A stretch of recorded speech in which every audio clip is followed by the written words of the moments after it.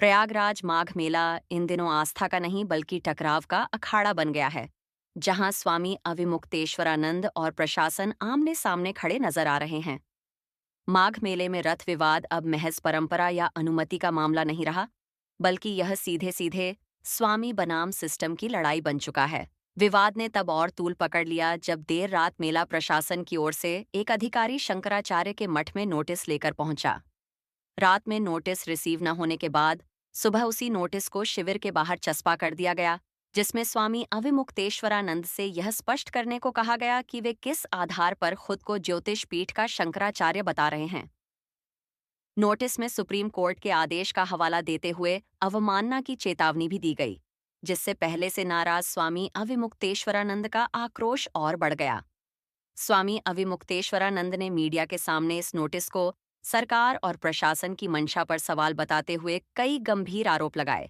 सबसे बड़ा सवाल यही है कि क्या किसी प्रशासनिक अधिकारी को किसी धर्मगुरु की पदवी पर सवाल उठाने का अधिकार है?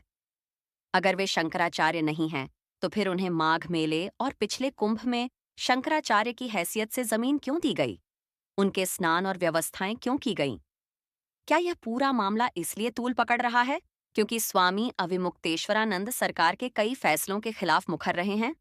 छह छह वरिष्ठ अधिकारियों की प्रेस कॉन्फ्रेंस और बार बार कार्रवाई के आरोप इस बहस को और तेज कर रहे हैं। इस विवाद की जड़ ज्योतिष पीठ के शंकराचार्य पद को लेकर दशकों पुरानी खींचतान है। 1989 में एक ही पीठ पर दो उत्तराधिकारियों के ऐलान के बाद से यह विवाद चलता रहा।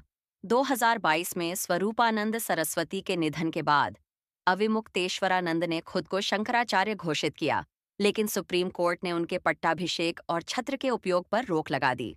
शंकराचार्य चयन की परंपरागत प्रक्रिया, योग्यता और संत समाज की सहमति जैसे मुद्दे अब कानूनी बहस का हिस्सा बन चुके हैं।